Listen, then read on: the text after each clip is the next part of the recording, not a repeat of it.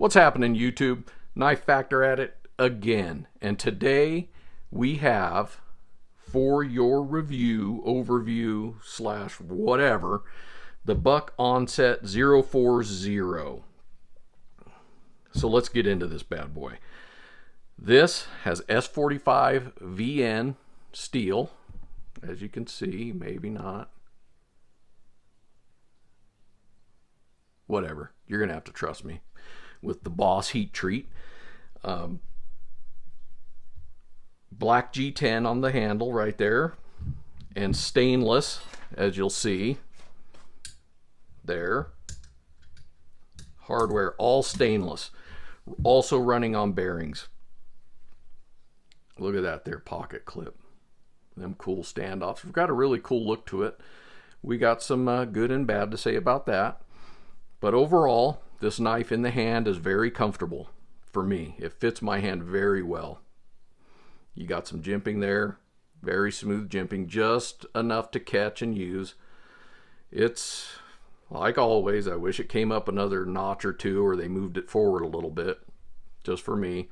All your different grips work very well.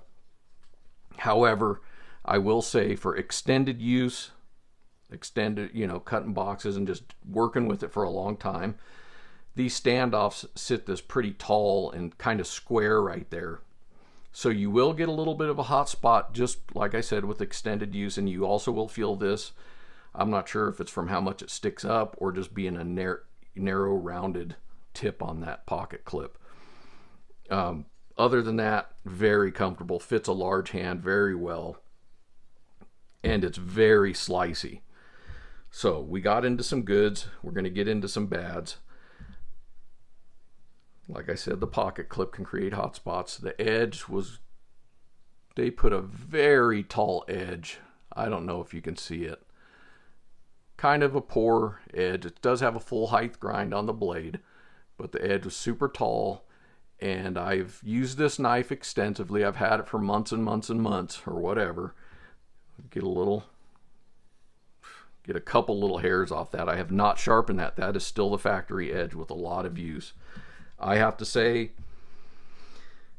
the blade, just disappointed in the edge. I truly believe you can see some chipping possibly. I don't know if you'll be able to see it on the camera, but there is some chipping and a little bit uneven on the grind for this one. So with that said, other than that, it's a great slicey blade.